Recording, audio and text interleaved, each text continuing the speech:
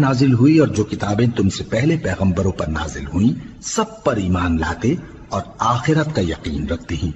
यही लोग अपने परवरदिगार की तरफ से आई हुई हिदायत पर हैं और यही लोग कामयाब हैं। जो लोग काफिर हैं उन्हें तुम नसीहत करो या ना करो, उनके लिए बराबर है। वो ईमान नहीं लाने के।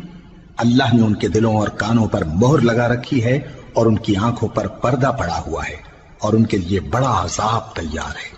और बाज लोग ऐसे हैं जो कहते हैं कि हम अल्लाह पर और रोजे आखिर पर ईमान रखते हैं, हालांकि वो ईमान नहीं रखते। ये अपने ख्याल में अल्लाह को और मोमिनों को धोखा देते हैं।